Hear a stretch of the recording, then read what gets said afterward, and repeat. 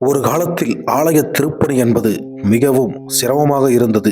ஒவ்வொரு நிகழ்ச்சியும் ஏதோ எட்டிக்காயை சுவைப்பது போல கடந்து கடந்து அதனுடைய வலிகளோடும் வேதனைகளோடும் செய்து கொண்டிருந்தோம். அந்த வலிகளை கூட பொறுக்க முடியாமல் விட்டு விலகிவிடலாம் என்று தோன்றியது. அதற்கு ஏற்ப நிகழ்வுகளும் அமைந்தது. ஆனால் இறைவன் விடவில்லை. இன்னும் இன்னும் என்னை ஆலய பணியிலேயே ஈடுபடுத்தினார். போதும் என்கின்ற நிலை மாறி விட்டால் போதும் என்கின்ற நிலை வந்தது.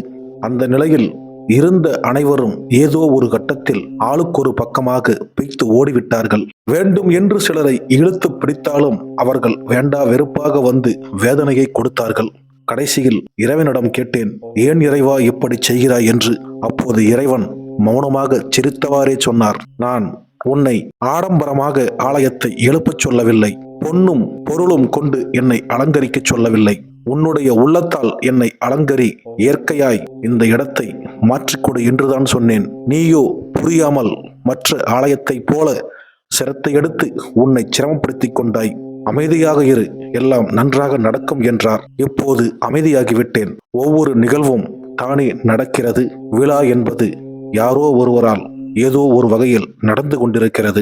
இறைவனுக்கு சேவை செய்யத்தான் முடியுமே தவிர இறைவனை பொன்னாலோ பொருளாலோ பூஜிப்பதன் மூலம் திருப்திப்படுத்த முடியாது என்பதை உணர்ந்து கொண்டேன். எல்லாம் சிவமயம்.